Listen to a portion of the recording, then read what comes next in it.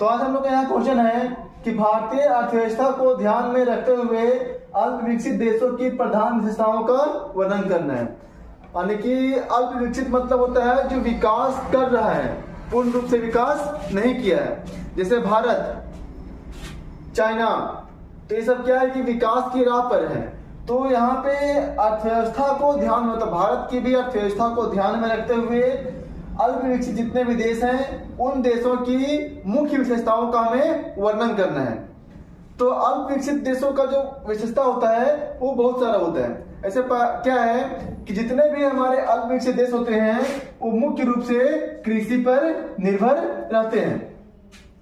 यानी कोई भी वैसा देश जो अल्प विकसित है, यानी कि विकास कर रहा है, तो वहाँ की जो जनसंख्या होती है उस जनसंख्या का जो लगभग 70 से 80% जनसंख्या जो होती है, 70% से 80% जनसंख्या जो होती है वो कृषि पर निर्भर रहती है।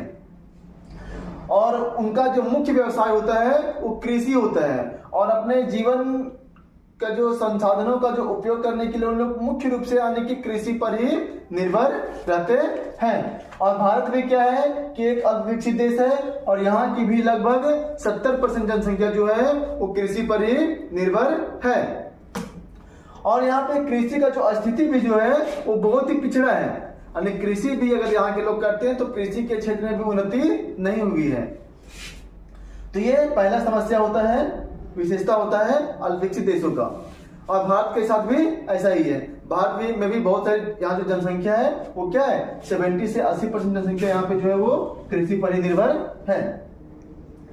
दूसरा होता है यहाँ पे अल्प विकसित देशों के साथ पास यहाँ विशेषता होता है, इसका समस्या होता है कि पूंजी का इनके पास अभाव होता है। क्योंकि यहाँ पे जितने भी जनसंख्या है, यहाँ पे जनसंख्या चूंकि क्या होती है अल्प विकसित देश में कि बहुत ही ज्यादा होते हैं, तो यहाँ के लोगों के पास क्या होती है कि पूंजी का भी अभाव होता है।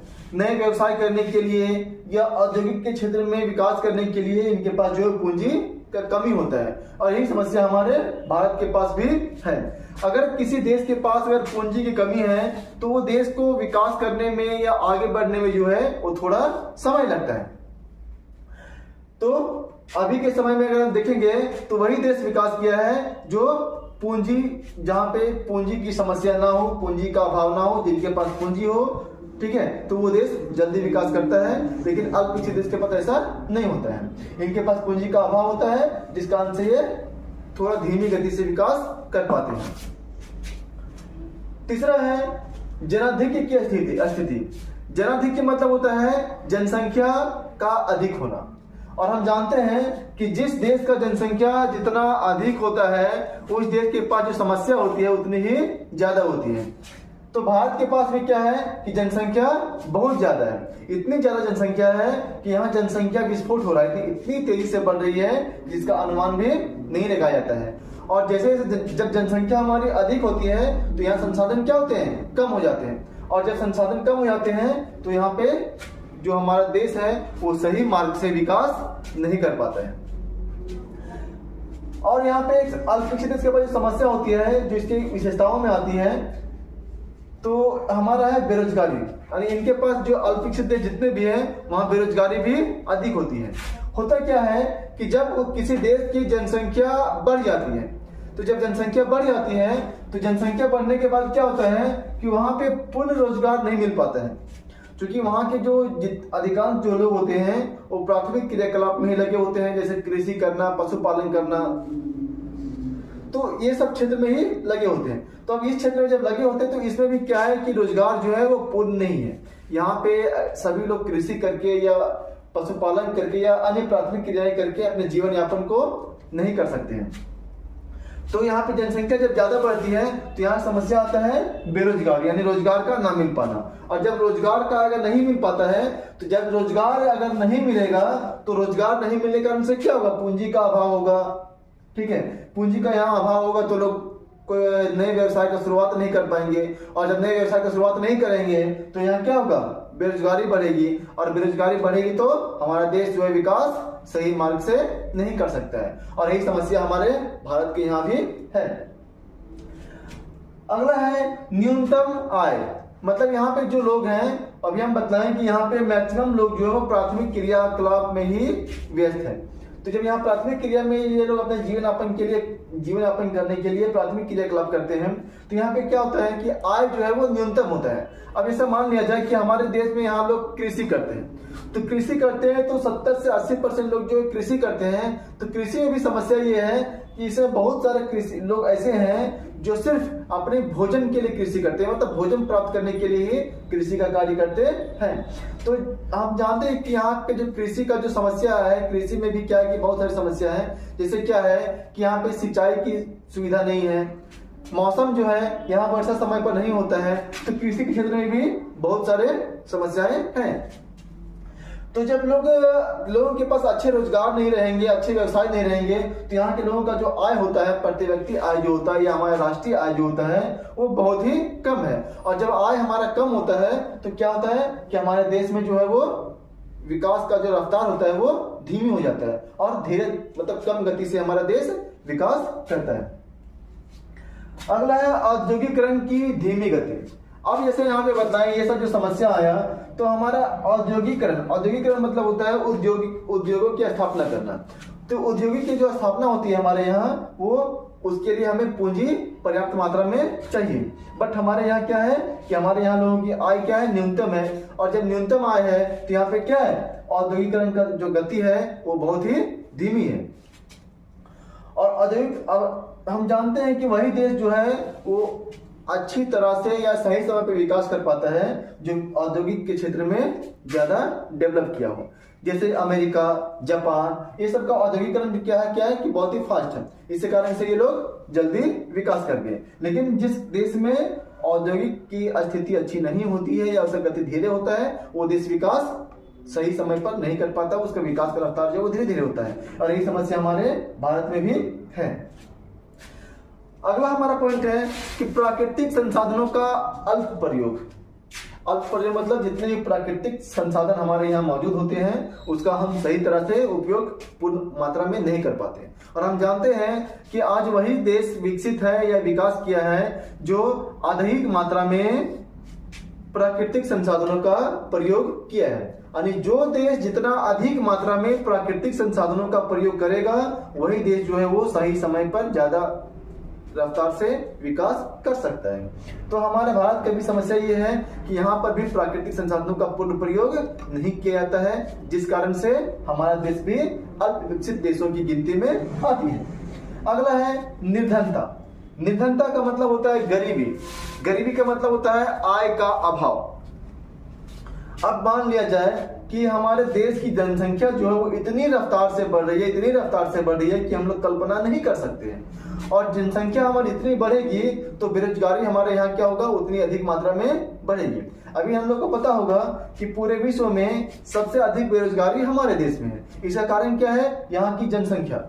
तो अब यहाँ की जनसंख्या जितना अधिक बढ़ेगी उतना अधिक यहाँ पे गरीबी बढ़ेगी, क्योंकि गरीबी बढ़ने का मुख्य कारण क्या है कि लोगों को व्यवसाय नहीं मिल पाना। अब यहाँ पे लोगों को व्यवसाय नहीं मिल पाता है, रोजगार नहीं मिल पाता है, और जब रोजगार नहीं मिल पाता है तो गरीबी क्या होती है, डेवलप होती है। और गरीबी बढ़ने से क्या होता है, देश का विकास का रफ्तार जो होता है वो एकदम धीमी पड़ जाता है। तो यही है हमारा प्रधान विशेषता किसी भी अल्प विकसित देशों का, और यही समस्या जो हमारे भारत के साथ भी है। अगला हमारा क्वेश्चन है, भारत में भूमि, वन एवं जल संसाधनों का व्याख्या करें। भूमि, वन एवं जल संसाधन, ये तीन संसाधन ऐसे होते हैं जो हमारे जीवन के लिए अत्यंत आवश्यक होते हैं। इसके बिना जो है हम जीवन का कल्पना नहीं कर सकते। तो हम यहाँ पे आज देखेंगे कि भारत में भूमि, वन और जल ये संसाधन है, ये किस प्रकार से फैला हुआ है, किस प्रकार से हम इसका उपयोग कर रहे हैं। तो सबसे पहले हम यहाँ पढ़ेंगे भूमि संसाधन। भूमि संसाधन, जैसा कि हम लोग जानते हैं कि भूमि संसाधन भूमि जो है ये हमारा एक प्राकृतिक संसाधन है, यानी ये प्राकृतिक द्वारा हमें प्रदान किए गए हैं। भूमि का निर्माण जो है वो हम नहीं कर सकते हैं। तो हम जानते हैं कि भारत का टोटल क्षेत्रफल जो है वो हमारा 32,87,263 वर्ग किलोमीटर है। वर्ग किलोमीटर स्क्वायर में हमारा जो भारत है वो फैला हुआ, यानी इतना हमारे देश में जो है वो भूमि है। और इस भूमि पे हमारे भारत में टोटल 142 करोड़ जनसंख्या निवास करती है। ठीक है, तो ये जो हमारी भूमि है ये भारत की भूमि है और इसमें हमारे 142 करोड़ जनसंख्या जो है वो निवास करती है। भूमि में अगर हम देखेंगे तो पूरे विश्व का भूमि में हमारे देश का जो भूमि है उसका अनुपात है 2.4%, यानी पूरे विश्व में जितने भी भूमि है तो उसका 2.4% भूमि जो है वो हमारे भारत के पास है। और 2.4% भूमि होने के साथ में जो है जनसंख्या हमारे देश में जो है वो जनसंख्या हमारे यहाँ 17.5% निवास करती है। यानी पूरे विश्व के जनसंख्या में से 2.4% भूमि हमारे देश के पास है और पूरे विश्व की जनसंख्या में से 17.5% जनसंख्या जो है वो हमारे देश के पास है। यानी कि कह सकते हैं कि अनुपात में अगर देखेंगे तो भूमि हमारे पास बहुत ही कम है और जनसंख्या हमारे पास जो है वो बहुत ही ज्यादा है। हम अगर देखते हैं तो जनसंख्या भूमि के लिहाज से यानी कि एरिया के लिहाज से अगर देखेंगे, एरिया के अनुसार अगर हम देखेंगे तो एरिया के अनुसार हमारा जो भारत देश है वो 7वां सबसे बड़ा देश है। इसमें जो हमारा जो सबसे विश्व का जनसंख्या में सबसे बड़ा देश है वो पहला नंबर पे हमारा आता है कनाडा। कनाडा जो है वो विश्व में क्षेत्रफल के अनुसार से सबसे बड़ा देश है। दूसरा देश हमारा आता है रूस, यानी जनसंख्या के अनुसार जनसंख्या नहीं क्षेत्रफल के अनुसार से रूस है वो दूसरा बड़ा देश है। तीसरा हमारा आता है अमेरिका, चौथा हमारा आता है चीन, पांचवा हमारा आता है ब्राजील, छठा आता है ऑस्ट्रेलिया और सातवां आता है हमारा भारत। यानी कि जन क्षेत्रफल की दृष्टि से ये भारत का हमारा जो स्थान है वो 7वां है। यानी भूमि के लिहाज से हमारे देश के पास 7वां सबसे बड़ा एरिया पूरे विश्व में है। लेकिन इसी को अगर हम देखेंगे, अगर हम जनसंख्या के लिहाज से देखेंगे तो जनसंख्या के लिहाज से 2011 की जनगणना तक हमारे देश का जो स्थान था वो दूसरा स्थान था, यानी कि सेकेंड स्थान था। फर्स्ट स्थान पे हमारा चीन था, सेकेंड स्थान पे भारत था। लेकिन मई 2023 में जब डाटा उपलब्ध करवाया गया तो उसके अकॉर्डिंग जो है जनसंख्या के लिहाज से भारत जो है वो फर्स्ट स्थान पे आ गया है और चीन जो है वो सेकेंड स्थान पे आ गया है।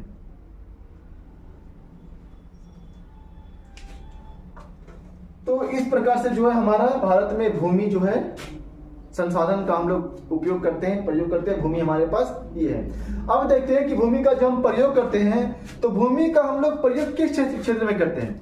तो सबसे पहला है कि हमारा भूमि का जो उपयोग है, हम भूमि पे रहने के लिए, यहाँ जीवित रहने के लिए हमें यहाँ स्थान चाहिए, तो इसके लिए हम भूमि का प्रयोग करते हैं, जिसमें हमारे बहुत सारी आवश्यकताएं आती है। जैसे हम भूमि पे भवन मकान का निर्माण करते हैं, सड़क का निर्माण करते हैं, रेलवे ट्रैक का निर्माण करते हैं, कृषि करते हैं। ठीक है, तो कृषि के क्षेत्र में जो है वो भारत में सबसे अधिक लगभग 46% भूमि का उपयोग जो है भारत में कृषि कार्य के लिए वर्तमान में किया जा रहा है। अगर हम देखेंगे कृषि के लिहाज से तो सन 1950-51 में जो भूमि था भारत में वो लगभग 118 लाख हेक्टेयर पर भूमि यानी खेती किया जाता था। और वर्तमान में जो है ये भूमि का जो कृषि भूमि का जो क्षेत्र है वो बढ़ करके 141 लाख हेक्टेयर हो गया है। यानी वर्तमान में पूरे भूमि का लगभग 46% भाग पे कृषि कार्य किया जाता है। क्योंकि जनसंख्या की दृष्टि से अगर हम देखेंगे तो ये भूमि जो है कृषि योग्य जो भूमि है वो हमारे देश में बहुत कम है, क्योंकि यहाँ की जनसंख्या जो है बहुत ही ज्यादा है। जिस रफ्तार से हमारी जनसंख्या बढ़ रही है उस रफ्तार से हमारे यहाँ कृषि जो है कृषि योग्य भूमि या कृषि भूमि की मात्रा जो है बढ़ नहीं रही है। जिस प्रकार से जिस कारण से जो है यहाँ पे अन्न यानी कि अनाज की कमी होती है और हमें दूसरे देशों से अनाज जो है वो आयात करना पड़ता है। भारत का जनसंख्या वो बहुत तीव्र गति से, बहुत तेजी से बढ़ रही है, लेकिन कृषि योग्य भूमि जो है वो उसी मात्रा में है या कम अनुपात में जो है वो धीरे धीरे बढ़ाया जा रहा है, जिससे यहाँ पे उत्पादन अधिक से अधिक हो सके। क्योंकि अगर हमारे यहाँ उत्पादन अधिक मात्रा में होगी तभी हमारा देश जो है वो विकास कर पाएगा। क्योंकि हमें अगर मैक्सिमम मात्रा में अगर हम खाने पीने की वस्तुओं का आयात करेंगे तो हमारे यहाँ पे जो भी संसाधन है, जो भी हम जिससे जो भी मुद्रा हमारे यहाँ है, वो मुद्रा का भंडार जो हमारे यहाँ कम हो जाएगा, जिससे हमारा देश क्या होगा, विकास का रफ्तार जो इसका कमी आ जाएगी। तो इस प्रकार से जो है हमारा भारत में भूमि संसाधन का हम जो उपयोग करते हैं, यानी कि टोटल भूमि का 46% उपयोग कृषि के लिए करते हैं, और बाकी जो भूमि बच जाता है उसके लिए हम लोग खेलने के लिए मैदान के रूप में, सड़क बनाने के लिए, भवन निर्माण करने के लिए, नदी तालाब, उसके बाद उसी में हमारा लगभग 30% वन भूमि जो है वो हमारे वन क्षेत्र में है, जिसमें हमारा वन लगा हुआ है। तो ये सब कार्यों के लिए हम लोग भूमि का उपयोग करते हैं। भूमि का एक बड़ी मात्रा में उपयोग जो है वो चारागाह क्षेत्र के लिए भी किया जाता है, और इस प्रकार से हम भूमि का अन्य इसका और अन्य बहुत सारे उपयोग हैं, तो इस तरह से हम उपयोग भूमि का करते हैं। अगला हम देखते हैं वन संसाधन। वन संसाधन, वन मीन्स जंगल। वन का जो है हमारे जीवन में महत्वपूर्ण भूमिका है, क्योंकि हमें जीवित रहने के लिए ऑक्सीजन की आवश्यकता होती है, और ये जो ऑक्सीजन है वो हमें पेड़ पौधे से मिलते हैं, और पेड़ पौधे जो हैं वो हमें जंगल से, मतलब जंगल में होते हैं। तो वन संसाधन जो है, तो हम यहाँ देखेंगे कि भारत में जो है वो लगभग 26.62% भूमि पर जो है वो जंगल है, और जंगल 26.62% पे हमारे जो भारत का जो भूमि है उस पर उपयोग जंगल के रूप में किया गया है, यानी इस पे जंगल फैला हुआ है। जंगल वन का जो है, वन का हमारे जीवन में बहुत सारे उपयोग आते हैं। जैसे वन हमें क्या, हमारे लिए क्या करते हैं, ऑक्सीजन प्रदान करते हैं, इसका उपयोग हम सांस लेने के लिए करते हैं। वन से हमें क्या होता है, फर्नीचर के लिए लकड़ी प्राप्त होता है। बहुत सारे जड़ी बूटी जो होते हैं वो हमारे औषधि जो होते हैं वो हमें जंगल से मिलते हैं। जंगल जो है वो जंगली जानवरों का आश्रय प्रदान करता है। जितने भी जंगली जानवर जो होते हैं वो जंगल में रहते हैं, और जंगल उन लोगों के लिए आश्रय प्रदान करता है। तो जंगल भी जो है, और जंगल का जो होता है, वन का जो होता है, वर्षा को लाने में मुख्य भूमिका होती है। और वर्षा जो है हमारे देश के लिए बहुत ही जरूरी है, क्योंकि वर्षा अगर नहीं होगा तो यहाँ पे कृषि कार्य पॉसिबल नहीं है, ना कोई जीव यहाँ जीवित रह पाएगा। तो वन का जो है यानी कि वर्षा को लाने में, बारिश करने में इसका मुख्य भूमिका होता है। तो इस प्रकार से जो है हम वन का उपयोग हमारे देश में है। अगला हमारा है जल संसाधन।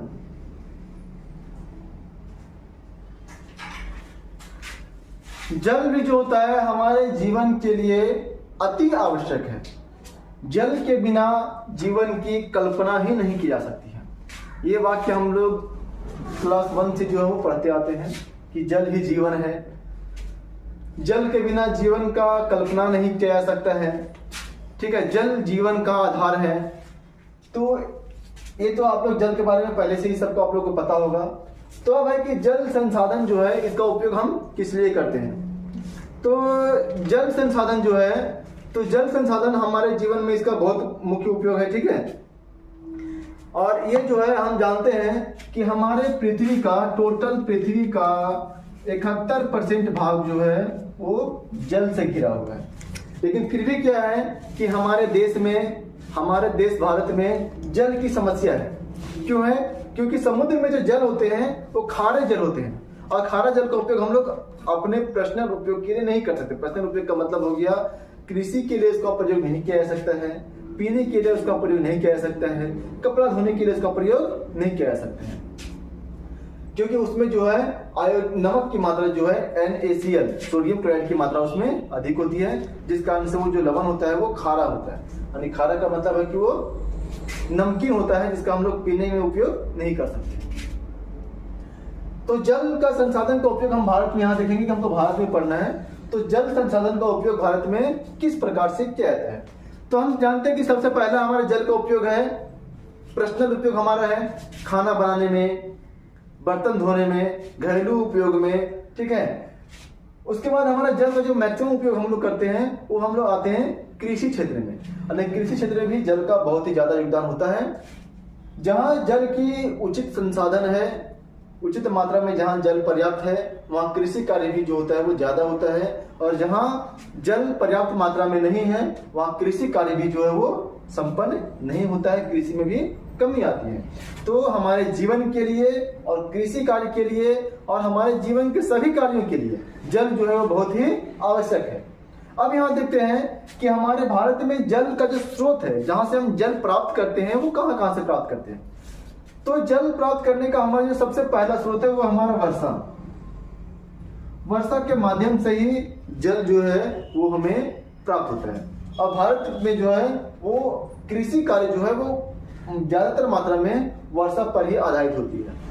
यानी वर्षा के समय में यहाँ पे कृषि कार्य ज्यादा संपन्न होते हैं, और वर्षा जब खत्म हो जाती है तो कृषि कार्य जो है वो में कमी आती है। कृषि क्षेत्र में कृषि जो होती है वो कम मात्रा में होती है। और यहाँ पे जो हमारा वर्षा जो है, यहाँ का जो मौसम है वो हमारा वर्षा मौसम के अनुसार से निर्धारित है। हमेशा यहाँ पे बारिश नहीं होती है। तो पहला हमारा जल का स्रोत है वर्षा। दूसरा अगर हम देखते हैं तो सबसे प्राचीन और पुराना स्रोत हमारा जल का स्रोत में से आता है तालाब। तालाब में क्या होता है कि जब वर्षा होती है तो हम लोग तालाब बनवा करके, तालाब को हम लोग अलग अलग क्षेत्र में अलग नाम से जानते हैं। जैसे इसको कहीं पोखर भी बोला जाता है, ठीक है, और अलग अलग क्षेत्र में अलग अलग भाषा में इसको अलग अलग बोला जाता है। तो वर्षा जब होती है तो वर्षा के जल को एकत्र करने के लिए तालाब जो है एक प्राचीन परंपरा है, प्राचीन सिस्टम है।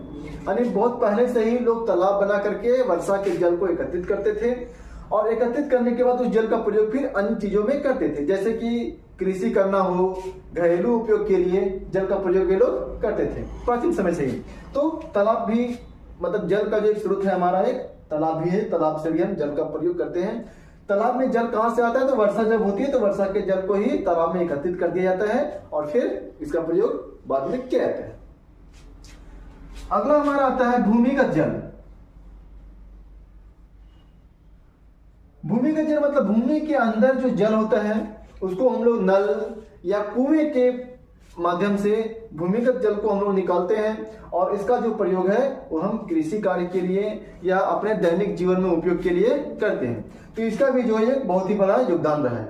अभी के समय में ज्यादातर जगहों पर जो है वो जीवन जीने के लिए यानी पर्सनल उपयोग के लिए या कृषि कार्य के लिए भूमिगत जल का ही प्रयोग किया जाता है। अगला हमारा है नहर। नहर का नाम आप लोग तो सुने होंगे। ऐसे किसी नदी या बांध के जहाँ पानी एकत्रित होता है तो उस पानी को, वहां पानी का भंडार होता है, तो उस पानी के भंडार को नहर कुछ प्राकृतिक नहरें भी हैं और कुछ मानव निर्मित नहरें भी हैं। तो नहर के माध्यम से उस पानी को जहां पानी की समस्या होती है उस क्षेत्र में ले जाया जाता है और कृषि कार्य या अपने दैनिक जीवन में पानी का उपयोग किया जाता है। अगला हमारा आता है बांध। जहां हम लोग जानते हैं कि भारत में बहुत सारी नदियां हैं। भारत को नदियों का देश भी कहा जाता है। तो नदी में क्या होता है कि जल प्रवाहित होते रहती है, एक जगह एकत्रित नहीं रहता है।